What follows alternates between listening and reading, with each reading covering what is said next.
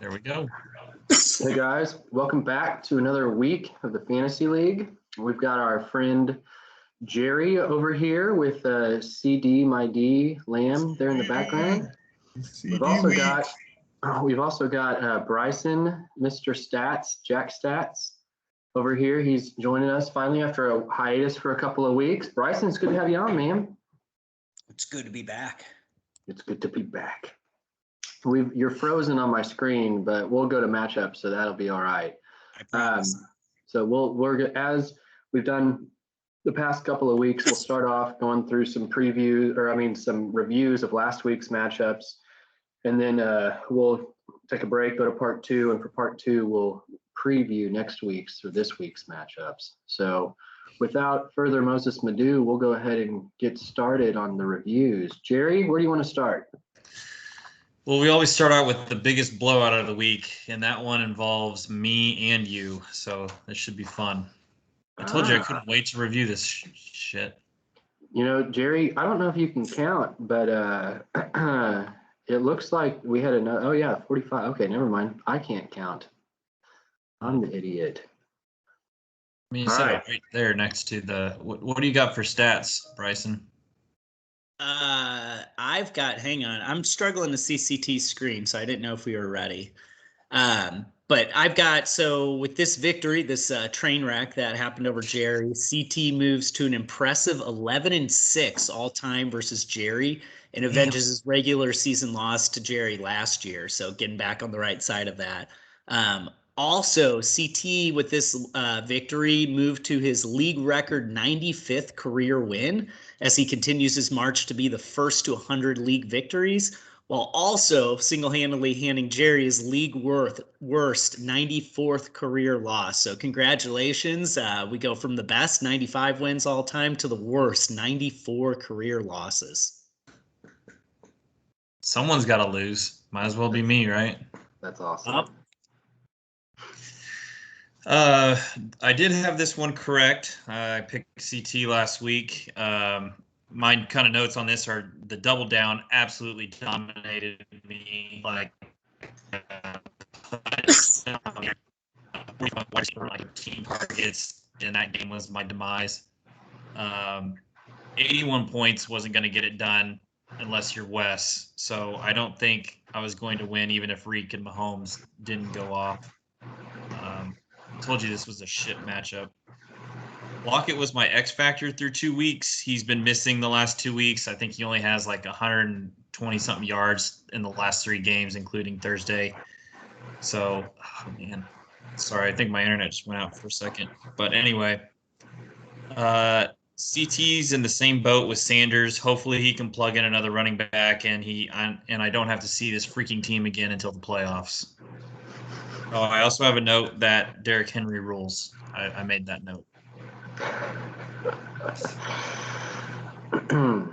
Well, Jerry, I'll go next. I thought I called Henry having a big game. He didn't have as big a game as I thought he would, but he still had a big game.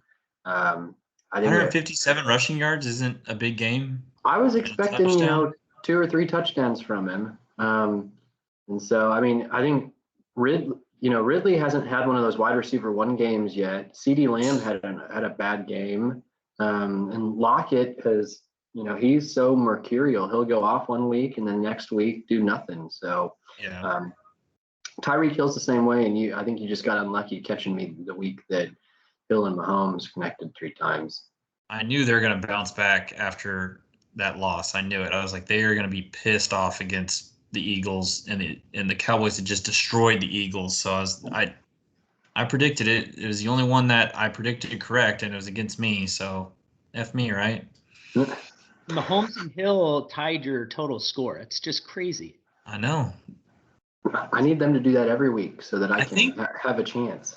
I think there was a touchdown called back too that would have been Mahomes to Reek, because I remember seeing it on my phone and being like, I do not need that.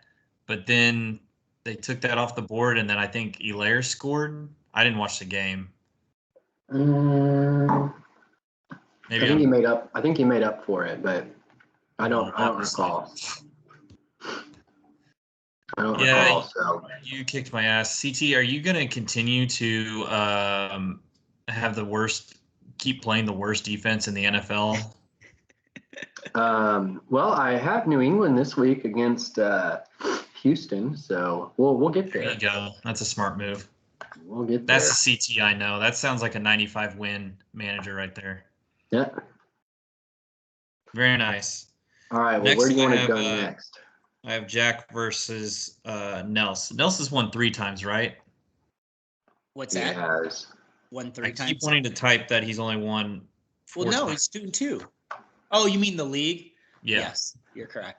Yeah, so I've got for the stats on this one, obviously a matchup of former GOATs who in recent history a little bit this year trying to struggle to find their way. Nels has now beaten Jack 3 times in a row and owns the series at 13-7. So that's got to be a little painful for Jack to be beat that handedly by his former roomie. The other note to call out here for Jack, just a rough loss, putting up 112 points, losing to Nels. I pulled the data for the league this week, but there's only one team in history that has started 0-4 and made the playoffs, and that's your very own Jerpy. I think I said from 2018. Yep. So it's going to be a long road back for Jack, but obviously he's got a strong team points wise, but 0-4 is just really hard to come back from. Yeah, it stinks. It's almost a death sentence. My notes on it, like you said, Bryson, another brutal loss for Jack, takes him to 0-4. 40 from a sneaky good Sammy D, which I hate because Colin Cowherd loves Sam Darnold so much. 29 points from Cordell Pounder with cheese. I mean, he's supposed to be great in PPR, but I mean, 29 in non-PPR, that's amazing. Jack had a good chance on Monday night with Herbert having a great game and not hitting Allen. Like, that's the best script he could have asked for, but it just still wasn't enough because Nels put up so much from 3 touchdowns from Cordell, and Hilaire had a good game, and then Sammy D with 40 points is awesome.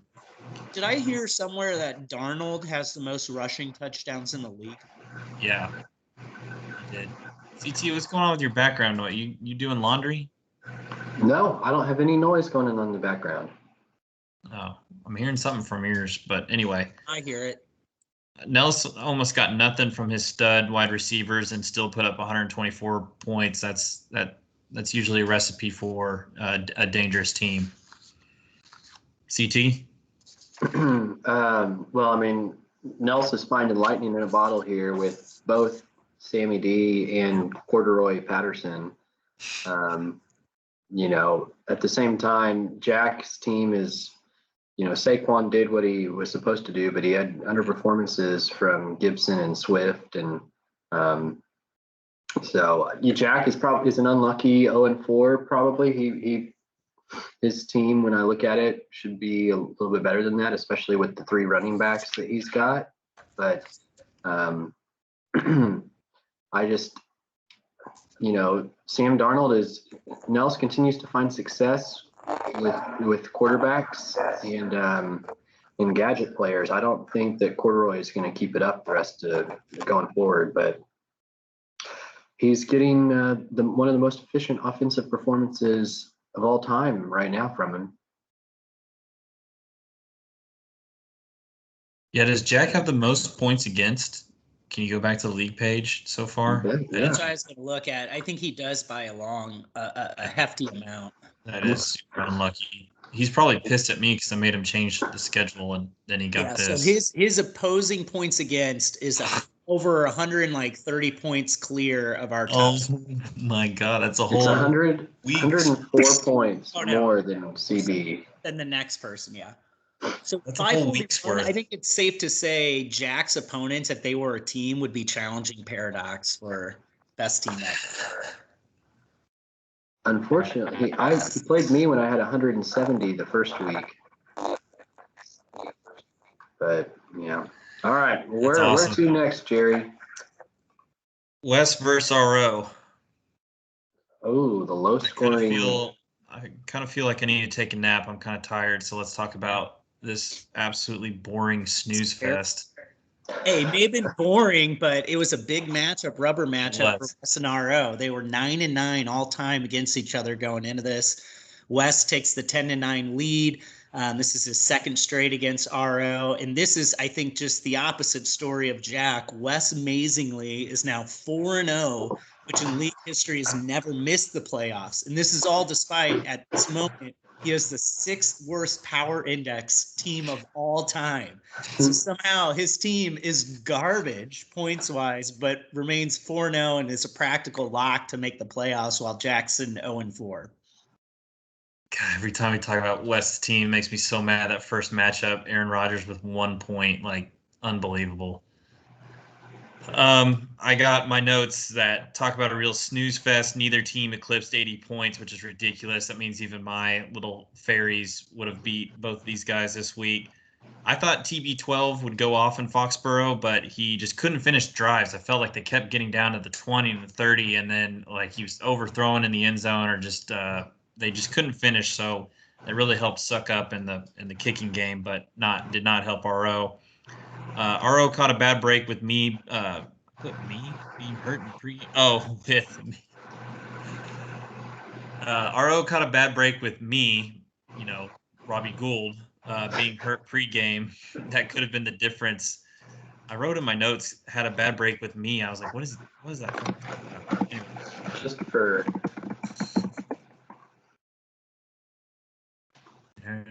IR, yeah. There's Jerry. He says he looks like her? me. That's Jerp right there. Jerpy Gould. It kind of does. I can see it. Anyway, that's just a tough break. I had Gould in 2 other leagues and didn't even know he was hurt. I guess he did it pregame. What a wuss.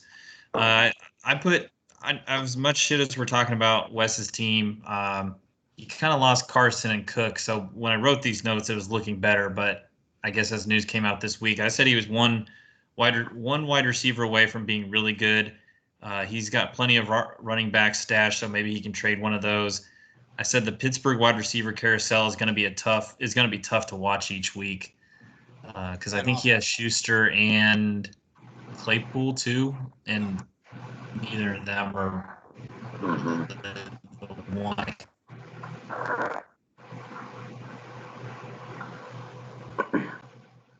Yeah, I think this comes down to Kelsey had an underwhelming game. The Eagles really game planned him out. And then Gould getting hurt in pregame warmups and that not getting caught beforehand probably would have flipped the matchup. I thought Brady would try to hang 50 on New England, but Sure. Belichick really brought out everything he could, and their defense played a very inspired game to keep that how it was. I know Antonio Brown had a couple of, very, very near touchdowns. So. Yeah, I don't think the conditions helped. It was rainy, and I feel like wide receivers couldn't catch it as well. Just not a good game script for RO trying to do TB to Godwin in those conditions. Yep. Yeah. And Wes was able to overcome kind of a low rushing output from Lamar. And a bad game from Dalvin.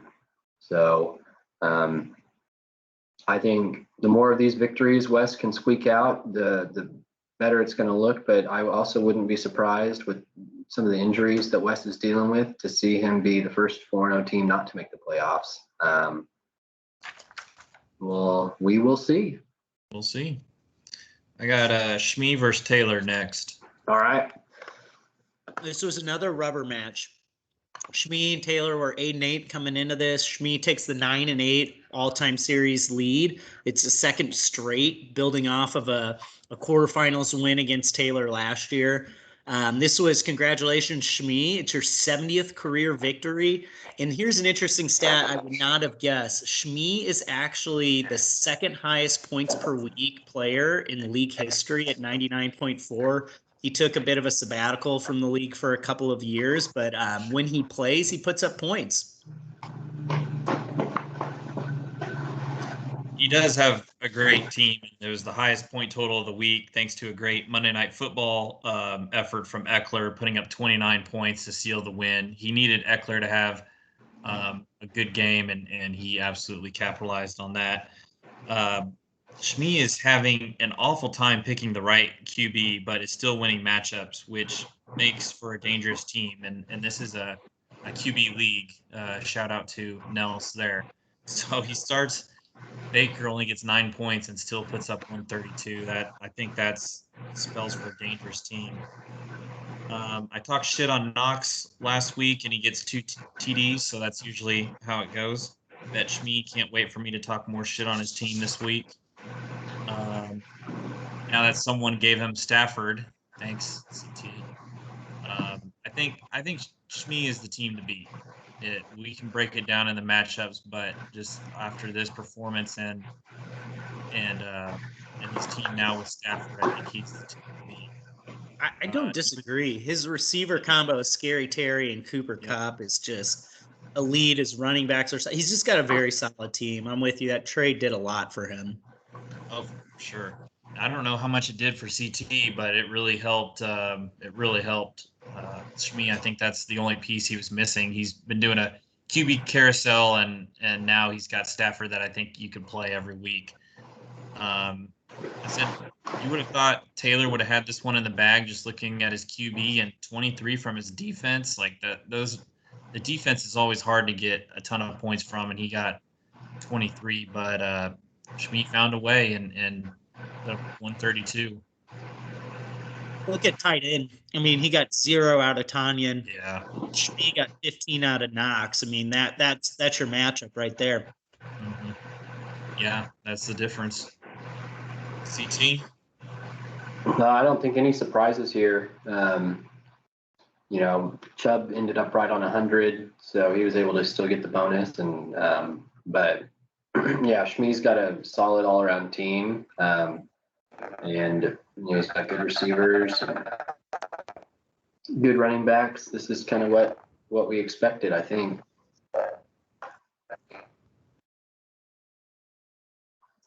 Where to next, Jerry? CB versus Bryson. Oh, great. Don't want to talk about this one. I didn't want to talk about mine. It's the fun part of it all. So CB was able to avenge and end a 2-game losing streak against me. That said, I still own his ass at 10-5 all time in the league series. And the nicest note of the week is it was my 69th loss of the career for me. Nice. Very nice. So the lack of red zone production for RO and Tom Brady really helped CB as he got 15 from his kicker. I kind of made that note earlier. Not that kickers make a huge difference, but still, like one matchup helps someone and hurts another. And CB's running backs outperformed Bryson. That was really the difference. I mean, 24 from Zeke and 18 from Connor against Mixon and Hunt. That was the huge difference there. Bryson's probably praying that Mixon can be healthy because that's most teams are really thin at running back. Surprise CB went OBJ over Woods, and then I even put in my notes before today's game. I said doubt he does that again as McVay is trying to get Woods more involved. So he did make the switch for this next week, which was great. So CB with a solid win there. Yeah, I made the comment last week. I think I called Bryson to win, and I didn't think CB would get another 2 touchdowns from Connor. But if I'm not mistaken, is Edmonds hurt now, or did he have to leave the game at all, or is Connor just out playing him? No, he was playing. Connor just got all the goal line touches from what I saw. I mean, I was watching that game. That's what it came down to. Instead of Kyler maybe running some read option and keeping it, Connor got 2 goal line carries and scored. Mm-hmm. I looked up that stat. Like over the last 2 years, Edmonds has only had 1 touch inside the 20, and I think that he's just great between the 20s, and then Connor kind of pounds it in. So I don't think you can rely on Connor every week, but it's probably not a bad RB2 or flex play every week. Yeah. Yep. Well, and I think Bryson was, unfortunate that Thielen didn't find the end zone. Sutton hasn't really seen a huge uptick in targets, even with Judy being out. Mixon got hurt. Jones is not 100%, and Kittle has been banged up too. I mean, Bryson's going through some tough injuries right now. Our guys are still trying to play through them, and maybe less than 100%, and it's impacting the ceiling for his team. Because if you look at his team, not thinking about the injuries, it looks solid, but tough week.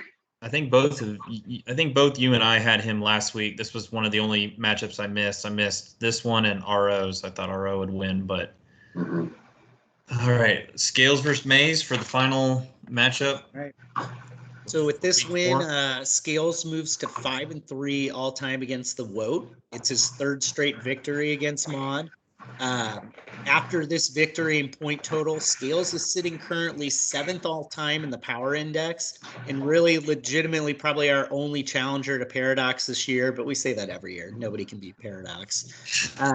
Bad news for the Woat with the loss. Mod falls below 300 for his winning percentage on his career. He's sitting at 299, so hopefully he can get back above that 300 mark coming up this week. That's pretty bad.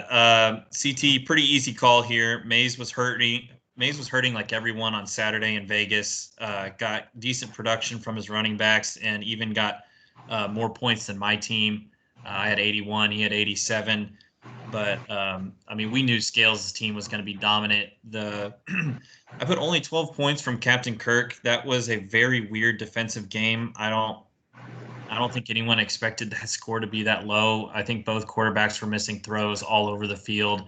It's kind of came out that Baker's a little hurt, so maybe that's why he's not playing as well. But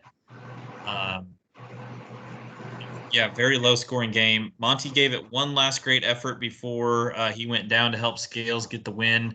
That's a huge blow to Scales because he really did. I feel like he had a complete team until Monty went down. That definitely hurts. I'm with you. I think the secret sauce to his team right now is I think nobody's benefited more from the McCaffrey injury. Not only does he pick up Hubbard, but Moore is picking up all those targets that usually McCaffrey would take, and it really changes the outlook of his top players. And I think we're experiencing the DJ Moore breakout party this year. That was probably one of the best draft picks we saw. I mean, he has been just a stud so far this season. Yeah, not a surprising result, as you mentioned, Jerry. Feel bad for Mayse a little bit here. He's dealing with a lot of injuries. McCaffrey and his top 2 wide receivers. He's done a good job at filling in for, with pickups like Zach Moss. But he just, you're going to miss out on a lot of that production that you otherwise want.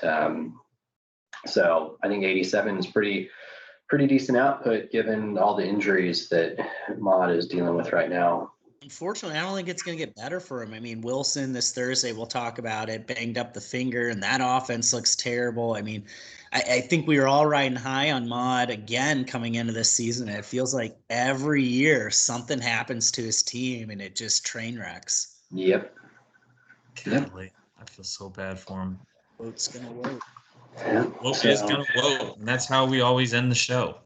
That's right. So, all right. Well, guys, thanks for tuning in to the first half. We're going to take a quick break, and then we'll be right back with part 2.